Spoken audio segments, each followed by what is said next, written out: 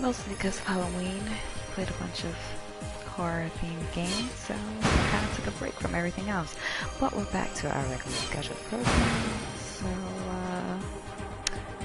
yeah, let's figure out the craziness that is Shibuya Scramble. I think, well, no, I remember, not you, him. In his playthrough, the detective tried to get into his taxi for some reason, so I'm gonna start with the detective and see what's changed for him. Oops. Okay. As he wandered through the back alleys, Kano gritted his teeth. Going after the guy on the bike had been a bad judgment call. By the time he got back up onto the pedestrian overpass, the man who had thrown the case was almost out of sight. Kano prided himself on being fleet of foot, but he knew even he would never catch the guy before he disappeared. He followed the culprit as far as the alleys, but there he lost him completely. All he could do now was hope one of his colleagues caught the man on the motorcycle. Kuse's voice crackled through the earpiece. Mobile Command Center calling all units. The suspect on the motorcycle has handed off the case to an accomplice in a Miyashita Park, another foreigner. For real? Kano muttered. One thing immediately struck him as strange. Why hand the case off to someone else at all? Why not just escape on the bike? The man with the motorcycle dumped the bike and fled on foot. He retrieved the bike and ran the plate, and we determined it was a stolen vehicle. Wait a minute. There you go. Stolen vehicle. Thank you for underlining that, because I definitely didn't know what it was before. Advanced police communication system, carefully maintained. Using digital wireless system in the patrol cars, officers are able to discreetly access the station's computer network, allowing them to quickly check to see if an individual is on the wanted list or if the vehicle is stolen. We still don't have enough details to positively ID the suspect. The suspect now carrying the case is heading through Dogenzaka, also on foot. We've caught him under observation. Dogenzaka, huh? That wasn't too far from where Kano was now. Looks like we're dealing with a foreign crime syndicate that's familiar with Shibuya. All units, head to Dogenzaka, but do not, I repeat, do not attempt to apprehend the suspect with the case. Let's see where he goes. Kano nodded to himself. Without knowing more about the crook's MO, letting this guy go for now is probably the right call. I just want you all to know one last thing. Kuse's tone grew more solemn. Whatever happens, I know I can count on each and every one of you. Don't disappoint me. Over and out. Kano had the unsettling feeling that the message had been meant for him. Right, it's now or never. The sudden appearance of this syndicate and its bizarre actions were rapidly moving things beyond the jurisdiction of both the MPD and the local police. Mustering his resolve, Kano headed for Dogenzaka. Kano pulled his cell phone out of his pocket. And he has a flip phone. Alright. It was Rumi calling. She knew full well he wasn't supposed to take private calls while he was working a case. Who is Rumi? Maybe it was an emergency. He decided to pick up. Rumi? I'm sorry. Are you in the middle of something right now? Kind of. Yeah, you know, just a kidnapping case. Nothing major. Is this an emergency? Well, yeah. So I'm in Shibuya right now, and Shibuya? Why does she have to be in Shibuya now of all times? So, my father came down from Nagano all of a sudden. What? Rumi's father, Shizuo, had been staunchly opposed to them getting married. Kano had visited his home many times, but the man had never deigned to meet him. Yeah, he told me to tell you he wants to meet with you. What? Now? Kano was more alarmed than intended. I told him you were busy working, but he said he'd wait. This can't be happening. Kano whimpered to himself. I'm sorry. I know he can be demanding. That's not the issue. Your dad offering to wait made it harder for him to refuse. Alright, Kano said. I'll have to call you back later, okay? Really, I'm sorry. I'll be at a cafe called Lautrec. It's by the train station. When we hung up. For a long moment, Kano stood in a daze, staring at his phone, as if keeping up with the case wasn't stressful enough.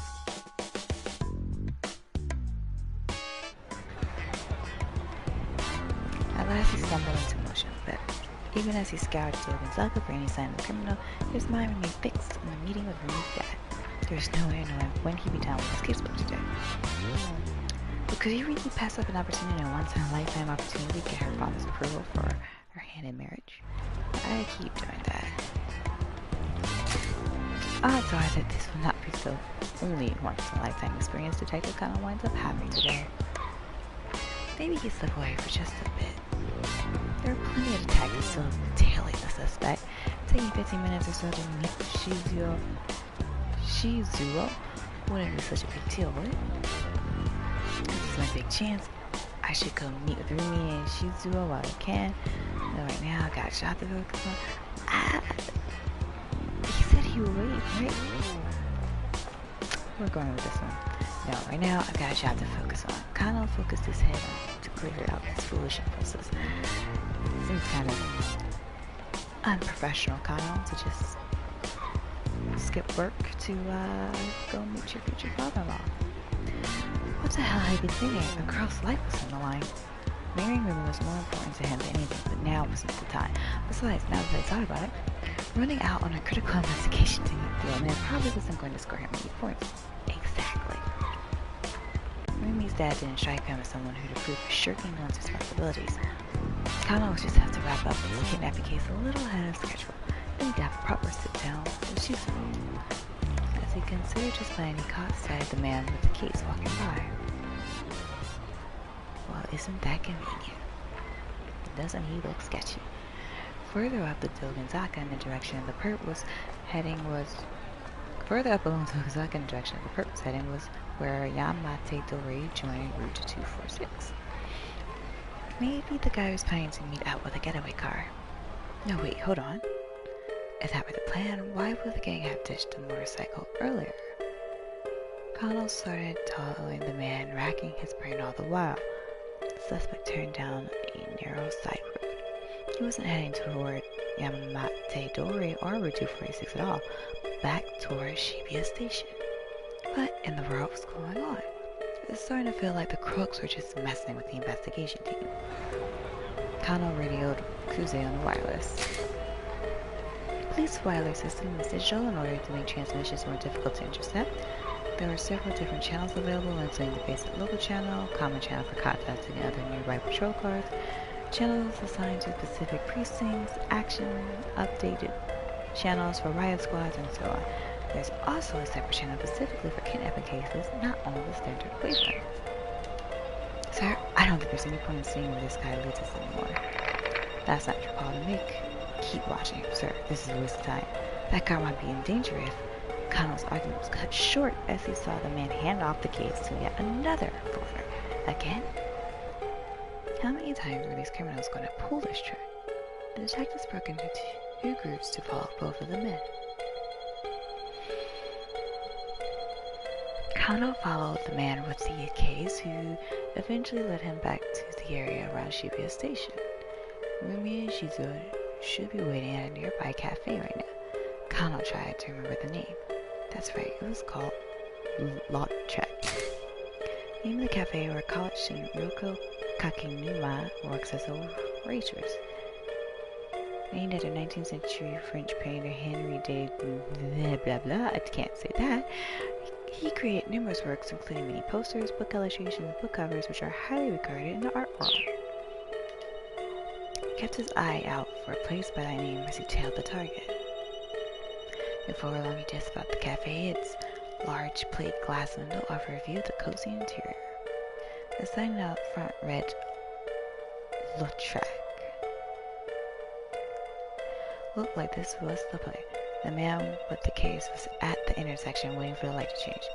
Kano took the opportunity to peer inside. He spotted Rumi right away. She was facing away from him, so the man seated across from her must be her father. Kano realized he'd never seen a picture of him.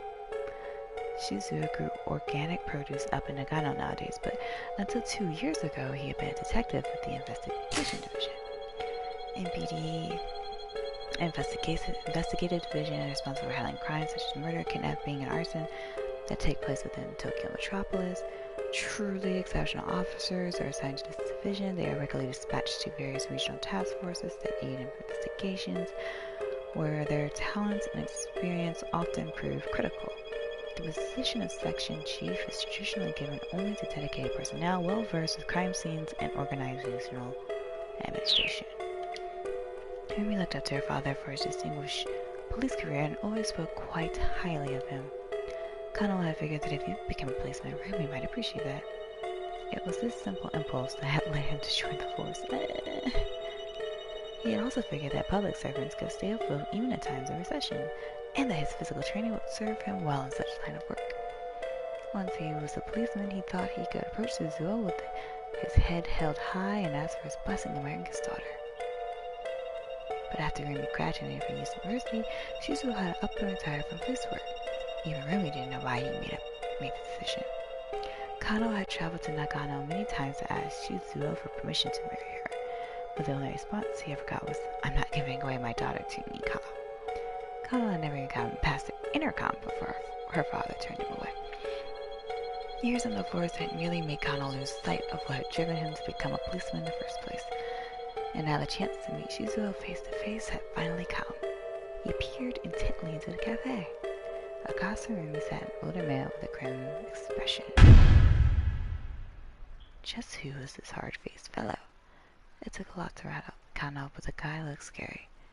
Could this really be his sweet little Rumi's father?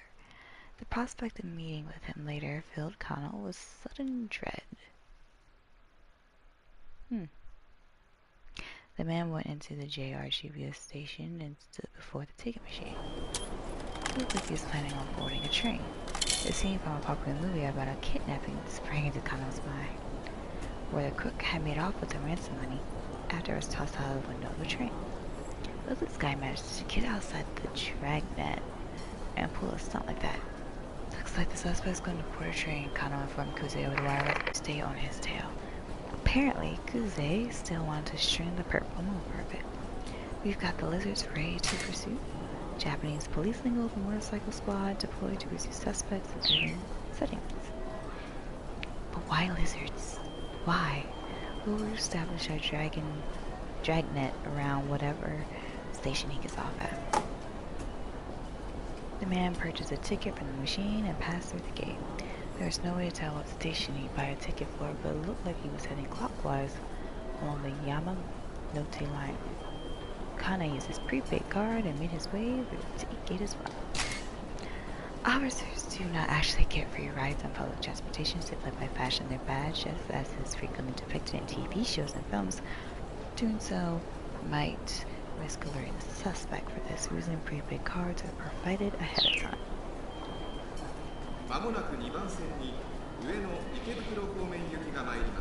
An announcement chime signaled the imminent arrival of a train up on the platform.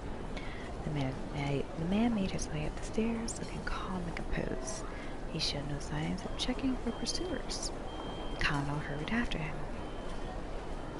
The man stopped at the very edge of the platform to await the train. Not ideal. There was no way for Kano to get close without sticking out like a sore thumb. The train glided up to the platform. The man gave a quick look around as he stepped aboard. Kano followed. Trains on the Yamanote line didn't stop for long, and soon they were on their way. Glancing around, Kano noticed other MPD investigators who had slipped aboard the train as well. The suspect stood behind the driver's compartment, staring contemplatively at the scenery outside. The man's composure only served Kano more. The man in a gaudy necktie walked past Kano, talking on his cell phone. "Yes, everything's fine on this end," he said. "There's no need to worry." In his other hand, he carried the same sort of case as the man they were tailing. He headed right toward the driver's compartment, sitting next to the suspect. Well, that's not suspicious. Not suspicious at all. Who are you? Kano leaned his head subtly, straining to make out what he could of the phone conversation at the other end of the car. Yes, of course.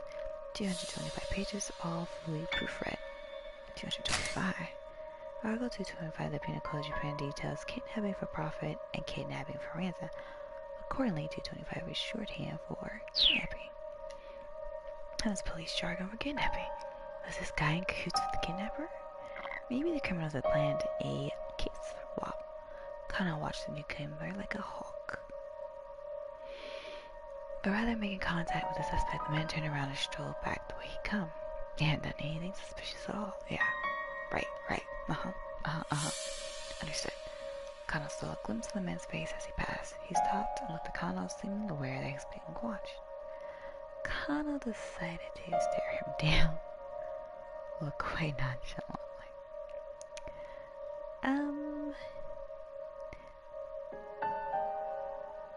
Play it cool, Kano.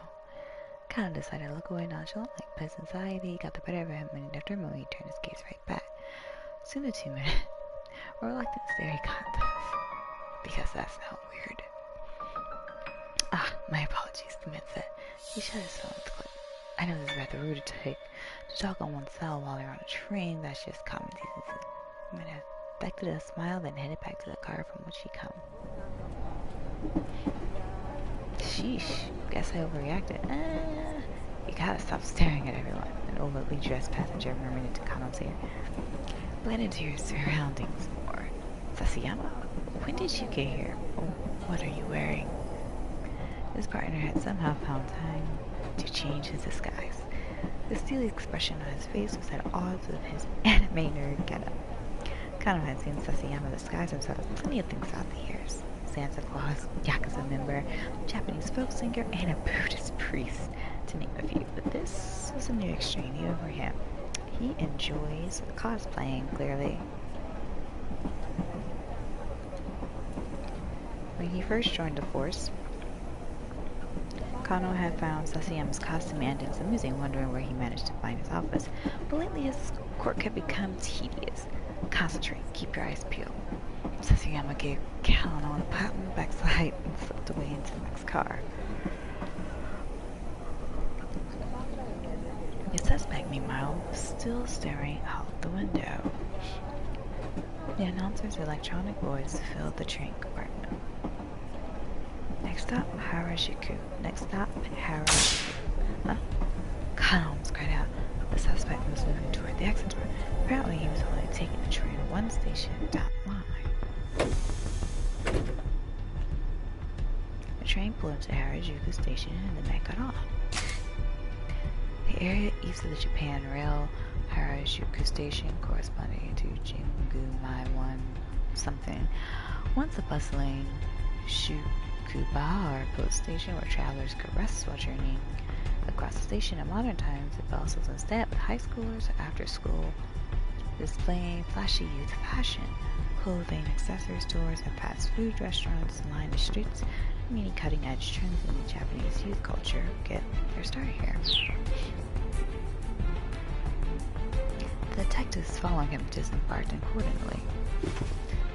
The suspect walked along the platform and took a seat on the empty bench. Kano, I don't think you're making that lunch for me and her father. Was he checking to see if he had a tail? Sticking around on the platform at a station where you just got off is pretty unusual behavior. Not wanting to arouse the man's suspicion, the investigators from the MPD made their way down the stairs as inconspicuously as they could. Clearly I have problems saying that word. Kano, however, had a sudden inspiration and went to speak to the station attendant. Sorry to bother you, but I think I left something on the train just now. He tried to keep an eye on the man on the bench as he fed his story to the attendant. The suspect sat silently on the bench, case clutched securely in his arms. He didn't really look like he was checking for a tail. Was he waiting here for someone else? まもなく1番線に品川東京方面行きが参ります。危ないですから黄色い線の内側までお下がりください。 A train heading counterclockwise around the loop arrived. The man rose from the bench and stepped up to the boarding area. Wait, what the heck? This guy got on the counterclockwise train.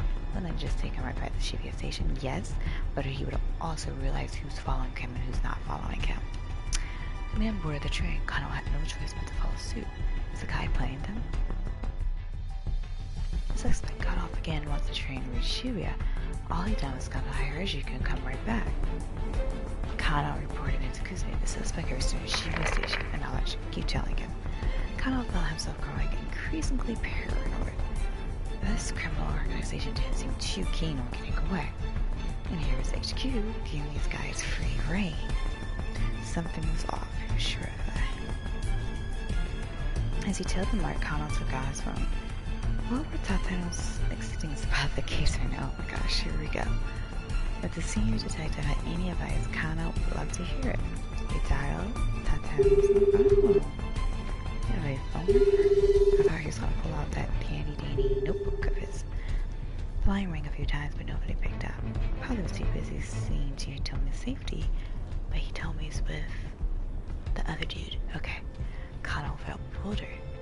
They've been letting the suspect lead them around for an hour now. During an abduction case, you surely didn't update the victim's family on any developments in case they tried to interfere. Kano could only imagine what the Osawa family was going through right now. After a short walk from Shibuya Station, the case was handed off yet again.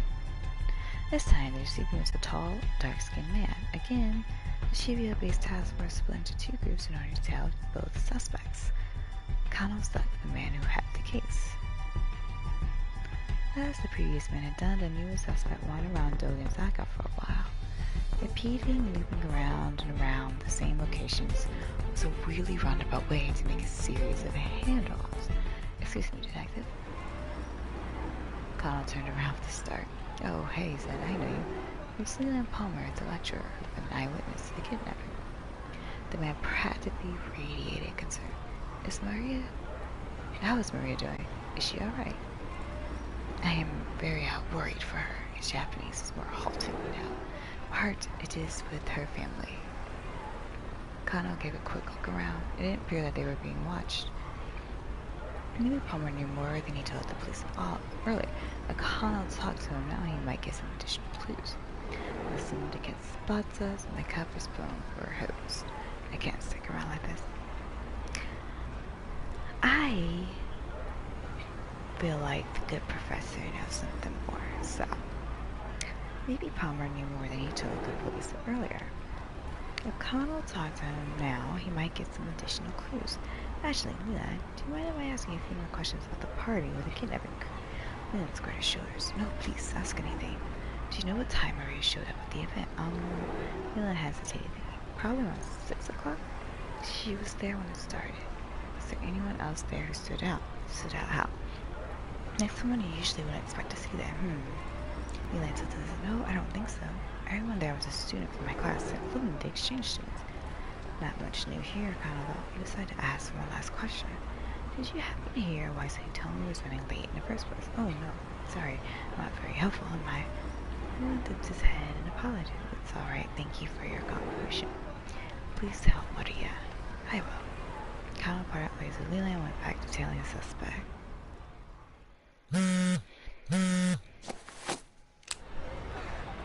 He pulled his phone from the pocket. It was Rumi again. Yep. It was weird that she called twice. When she knew he was in the middle of something important. So she's not meeting with her father. Something happened while she was waiting at that cafe. She was doing.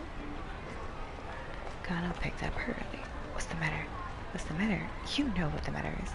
Rather than Rumi's soprano, it was a threatening, masculine voice that came from the phone. Uh-oh.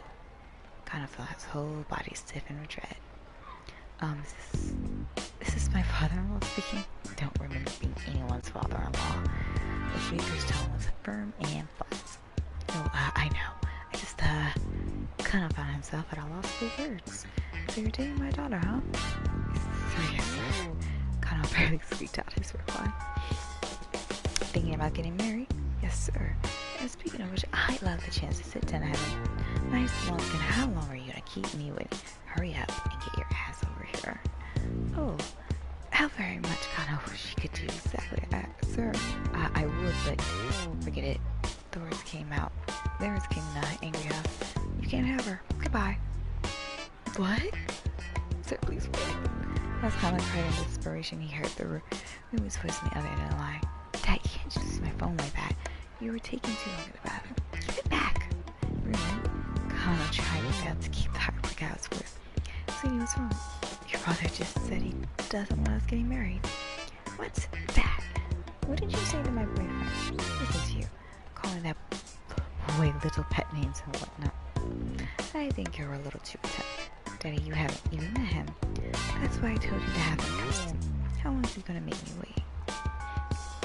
Come and listen to us two argue on the other end of the phone. The phone must be lying somewhere between them. Could this get any more awkward? I'm sorry, he shouted, apologetically into my face. This is all my fault. Please, we don't have to fight like this. The phone clatters. Rumi scrambled to bring it to her cheek. No, I'm not. Sorry for what? It was Shizuya again, grumbling in the background. You have nothing to apologize for. I'll deal with my father, Rumi said hastily. You just focus on work, sweetie. I know you're in the middle of something really important. Thanks, Rumi. Kana was legitimately touched. I'll do my best. Kana hung up and went back to the task at hand, more determined than ever.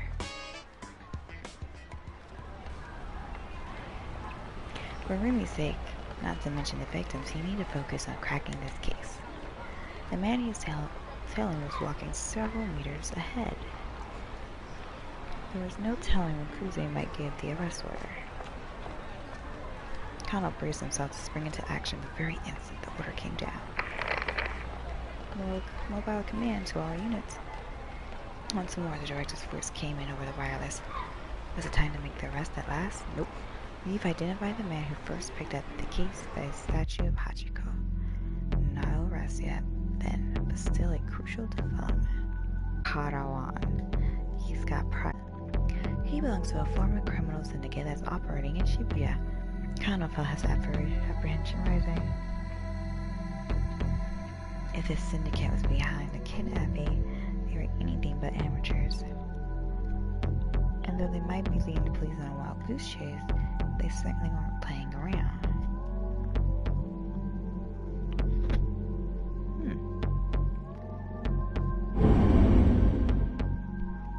To be continued. Okay.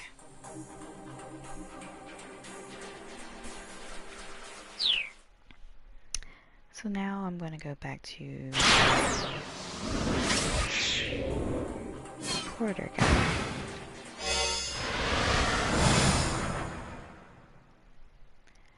The only thing I can do now is die.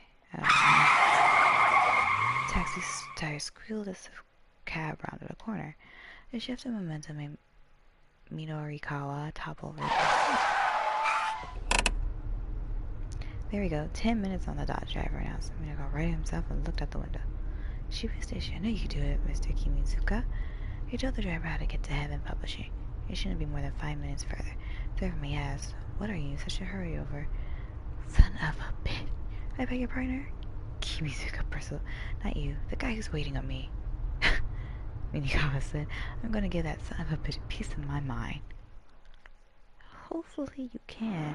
He's not in any unfortunate positions like last time. The multi-tenant building where Heaven Publishing had its offices came into view. The taxi stopped outside. Minorikawa opened the door as he hurriedly reached for his wallet, then he stopped. What if the worst had come to pass and he needed to take Toyama to the hospital? Should he have the taxi wait here? Or would it be better to call an ambulance? Ooh, sir, is there a problem? Wait here, I'll be right back.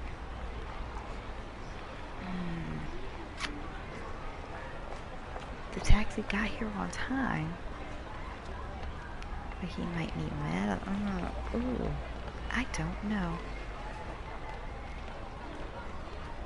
We'll call an ambulance. I'm fine, you're like, sir. How much do I owe you? I paid the fare and got out of the cab. I'm gonna swing by the train station. If I don't get any passengers, I'll come by this way again, Kimizuka said. The taxi pulled away. Once inside, he avoided the elevator in favor of rushing up the stairs. Heaven Publishing rented out the 3rd and 4th floors. In all likelihood, Toyama would be at the editing department of a 4-star journal across on the 4th floor. When he got there, however, the door was locked. Mr. Toyama, hey, Mr. Toyama, he shouted and banged, but there was no reply. Something was seriously wrong. Minorikawa took a deep breath and then kicked the door. Whoa! Ah, just in time. Toyama was standing on a stool about to slip his head through a noose that hung the ceiling. What the hell are you doing? You have my lunch with me. The ceiling crashed upon a tangled heap. A pile of clutter stood off a nearby desk and fell on top of him. Minorikawa, what are you doing? Toyama whined. He looks like George Jetson's boss, except taller. Dragging himself back to his feet proved something of a challenge. That's what I'd like to know, Minorikawa's fury was mounting. What the hell is all this about? He jabbed an accusing finger at the news hanging from the ceiling. Oh, that. One of the fluorescent lights died, and I was just swapping it out. What? Don't you feed me that bull. What was that phone call about? That business about how the only thing you could do was hide. Tell me. Ha ha ha, just a joke. Toyama curled his lips into a faint semblance of a smile. Minorikawa wasn't buying it, but he didn't have time to press the issue. A cute little voice echoed through the academic office. Daddy, I'm back from the store. The little girl walked in carrying a length of rubber gas tubing. What? It was Toyama's 5th grade daughter, Hana. Teru, Toyama's only daughter, currently 10 years old. The night Hana was born in Shibuya Central's hospital, there was an unexpected fireworks display outside the window of the maternity ward. As he looked out the bursting rocket, Teru decided to name his daughter Hana after the Japanese word for fireworks, Hanabi. Minorikawa stared. Toyama, you were planning on use that hose too. He hesitated to end his sentence with gas yourself to death. Well, you know, it's almost gas heater season after all. The hell it is. It was a beautiful sunny April day outside. Well, you know how sensitive I am to the cold. This is getting truly ridiculous. Minorikawa got right up in his face. Listen, just explain to me what the heck is going on, okay? He kept his voice low, but his eyes were steely. Hana clung tightly to her father, gazing worriedly up at the two men. No, it's just... Toyama let out a long, heavy sigh of resignation. Oh. Okay. I guess I will keep out then. To progress further, you'll need to jump from another protagonist. Sometimes jump keywords might be hidden within a tip. A man named Junichi Yanagishita shows up in Tama's story at 11:20, and he lets out a sigh like Toyama. What? Okay. That's weird. Why would that be a connection?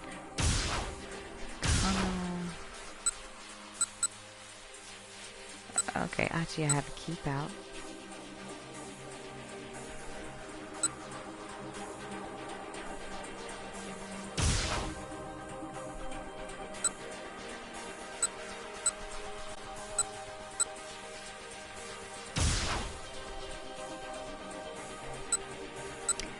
So, Osawa and Tama. So let's start with...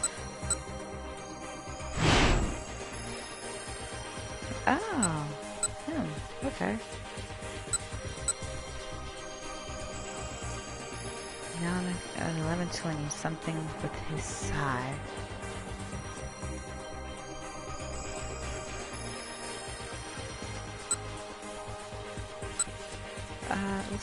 We'll start at 11:20.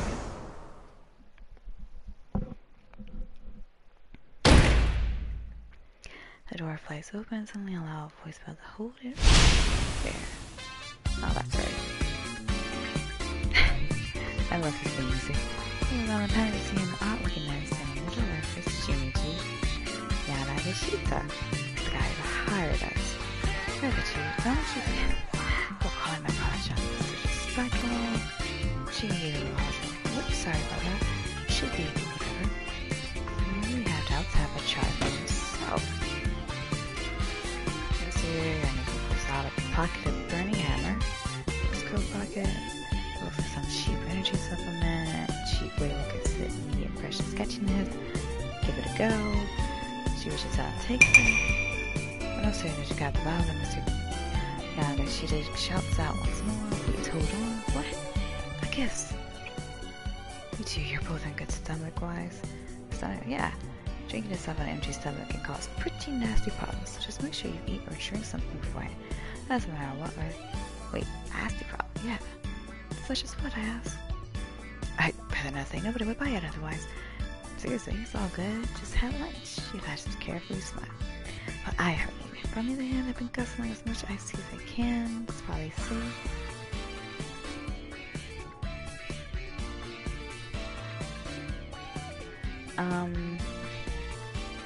I had it on B. Better not drink this, that's not yet particularly thirsty. Twist out the cap, bottoms up, gulps it down. Doesn't seem like she's minded. Maybe it's actually pretty tasty after all, huh? Are you gonna have something?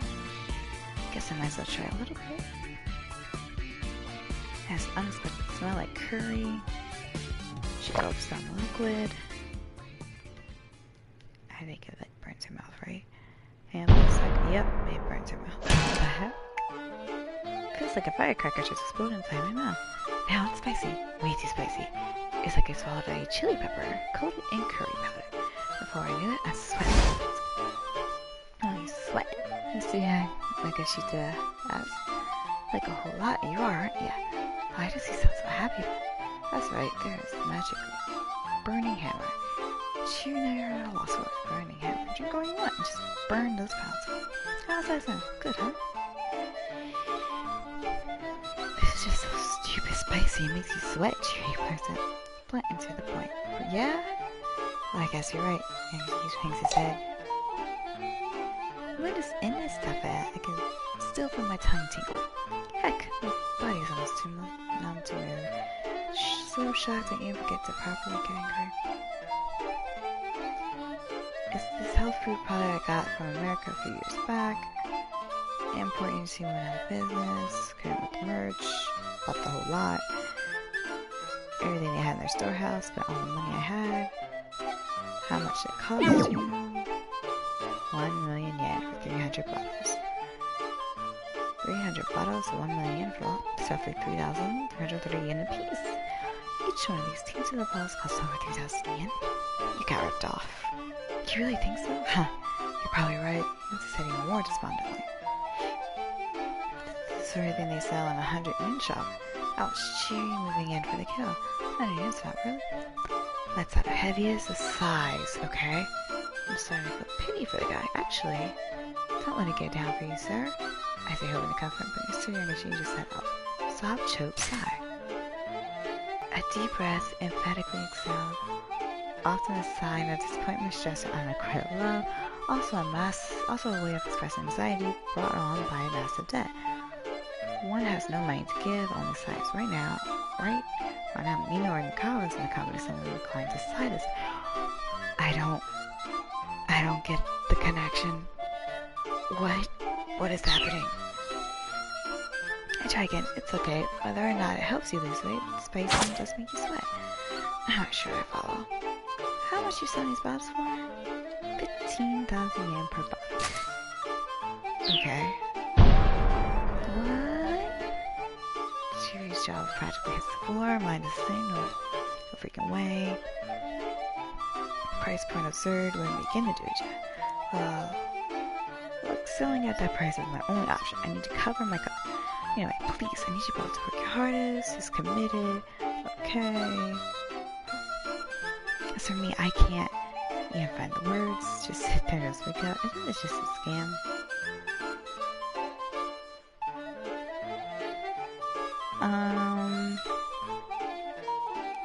What happens if I choose A?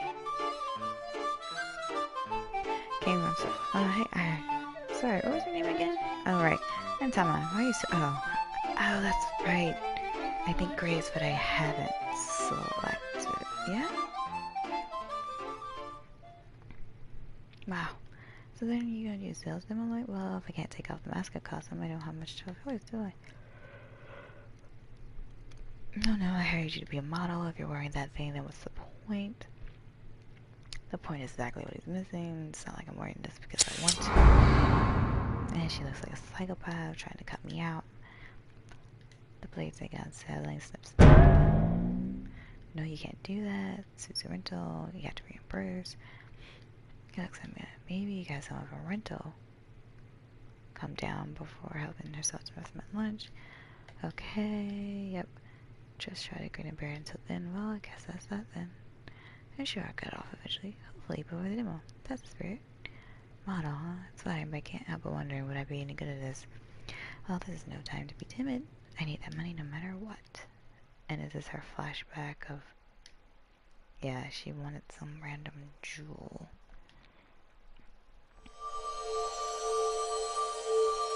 Knick-knack, center guy, yeah.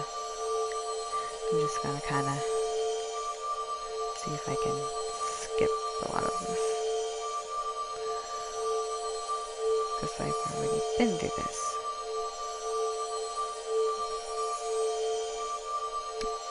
And then he's gonna bump into her, offer her this job out of nowhere.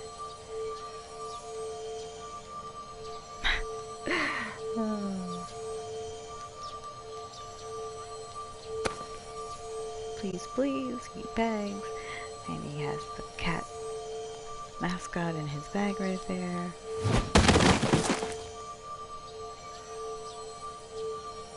Where are they? I think that's just a fluke.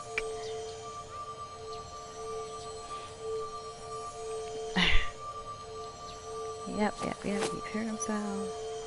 He still pesters her, like, please work for me. Yep.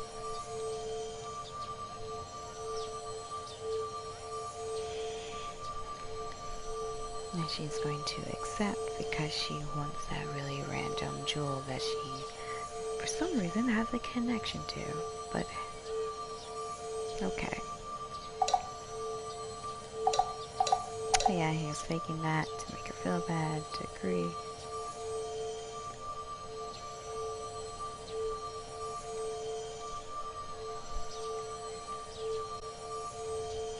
Okay. 2 million. Also, if you're in that much debt, how are you paying me? Should have been your next question.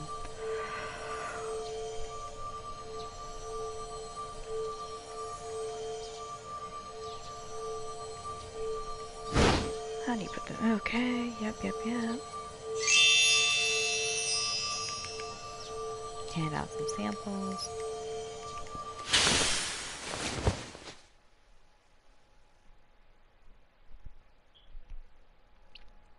Pretty ridiculous.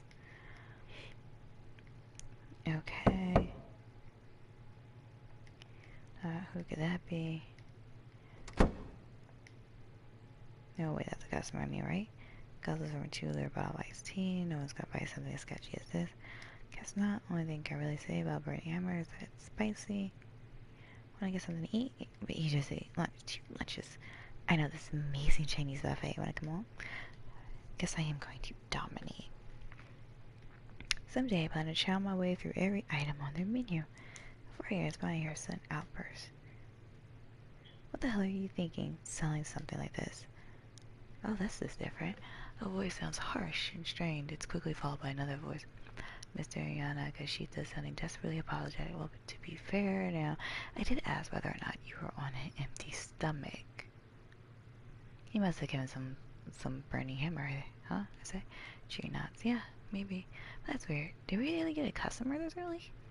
Yeah, isn't the sales demo not until 1 o'clock? There are more sounds in the hallway. Cheery gets a weird look on her face. Whoa, what? What the heck? Hey!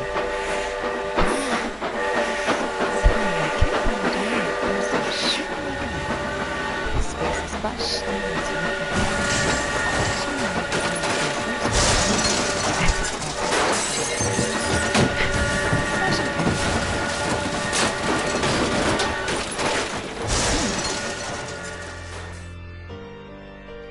The room in a train wreck, huh? Yep. In a matter of moments, the venue is completely totaled. Then the guy simply charges back out the door.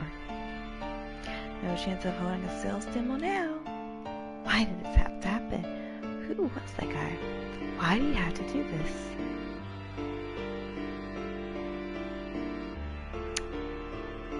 Bad end. Demo postponed. There wasn't much Tamajiri could do to stop the strange intruder from destroying the cells of men. But why did he show up in the first place, especially at this hour? The man in the question has a clear choice to make at 11:30, and poor Tama's fate hinges on what he decides. Okay, so I'm gonna go back to Morikawa.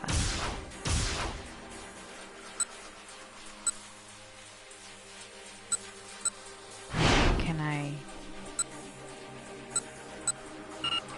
still can't.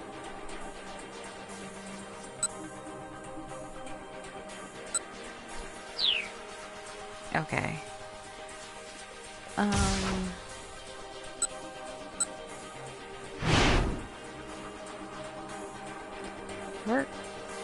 We'll do him then. Let's see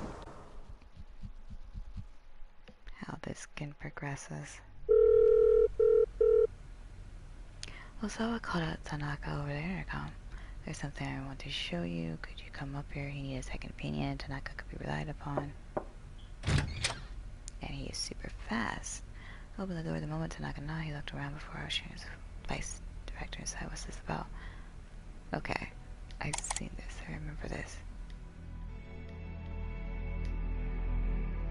Can't be...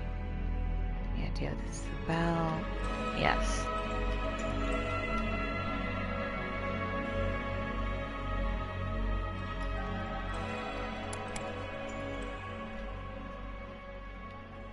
My crimes. Are you sure you're asking me? Yep. I appreciate that, sir.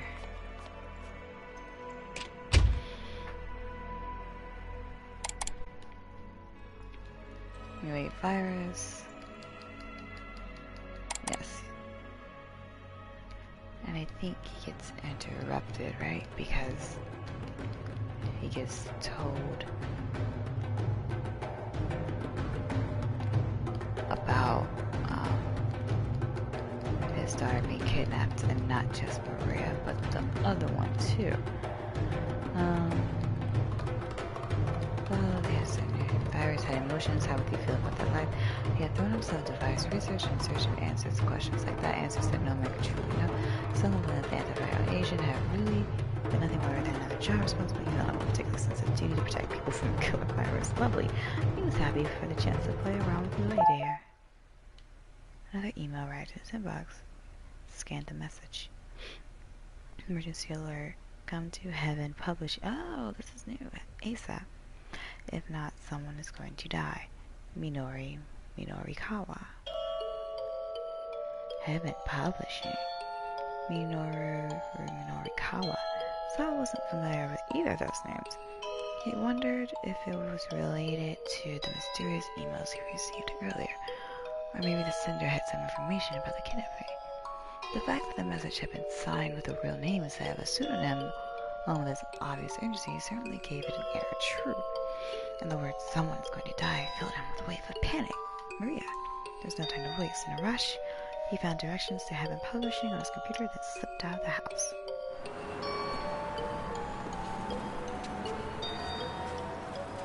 It took a good while to find his way to the multi-tenant building. The signs in front showed that Heaven Publishing occupied the 3rd and 4th floors. Osawa took the elevator to the 3rd floor.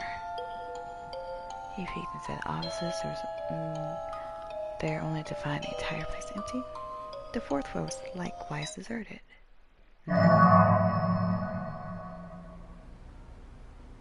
There's a rope dangling from the ceiling, tied off into a noose. It all seemed rather sinister, but Osawa had no idea what it meant. He waited a good 30 minutes, anxious the whole time. The half hour turned to an hour, and then to 2. It seemed that no one was going to turn up. Osawa headed back to the 3rd floor. He decided to wait there for 1 more hour. By now, he was committed. The extra hour turned to 2. Exhausted, he dozed off in his chair, and when he came to, it was close to sundown. Sunset already? He gazed out the window, the haze of his sleep still clinging to his mind.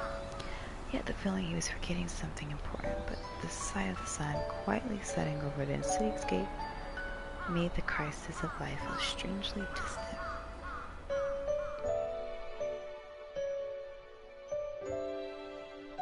The time of peace and quiet here along the world was right here. Your daughter's still missing, though. Patton. Escape from reality. A mysterious email told Osawa to go to Heaven Publishing, but there was nobody there. This email was sent by Minori Kawa, of course, around 11:30. He blasted out an email to all the reporters he knew, but in this hurry he screwed up one of the addresses, which coincidentally delivered a copy of the message to Osawa. Obviously this never would have happened if Minori had rushed out that email. I see. So maybe now I can go to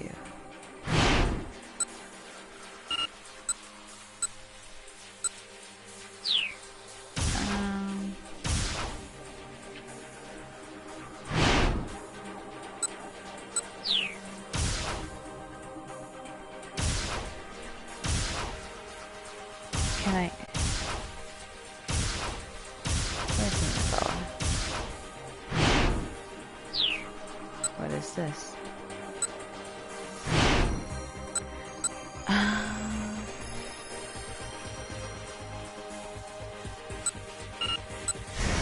We'll try and see if it lets me play it through. If not, I'm not sure what's happening.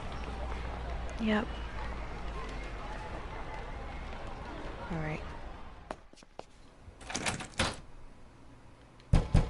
Toyama, shouted in vain. He's gonna bust open the door. Just in the nick of time.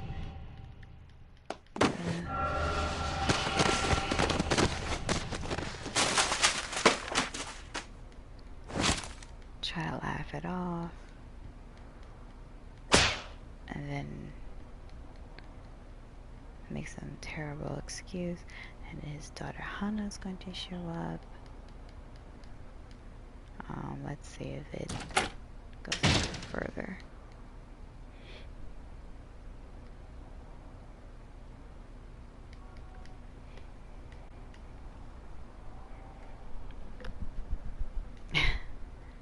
Yes, that's a terrible lie.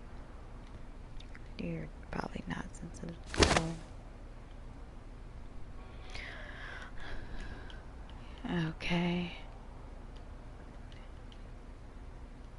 Okay. Nope. Alright. Can't do it.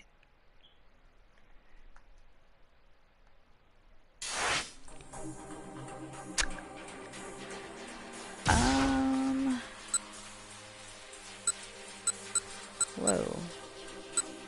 There's a lot of time in between there.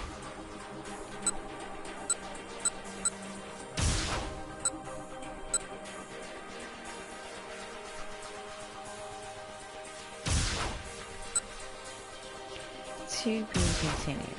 So I'm thinking Kano is finished. Keep up here. Bad in here, so I'm not finished here. Bad in here, I'm not finished here. Keep out. I'm not sure what's happening there either. Okay. Well, I think I'm gonna call it quits for this stream. And figure something else out next time. So, next time around we will hopefully finish this, what time block are we? The 11 o'clock? Yeah. The 11 to 12 time block. So until then, I'll see you guys later.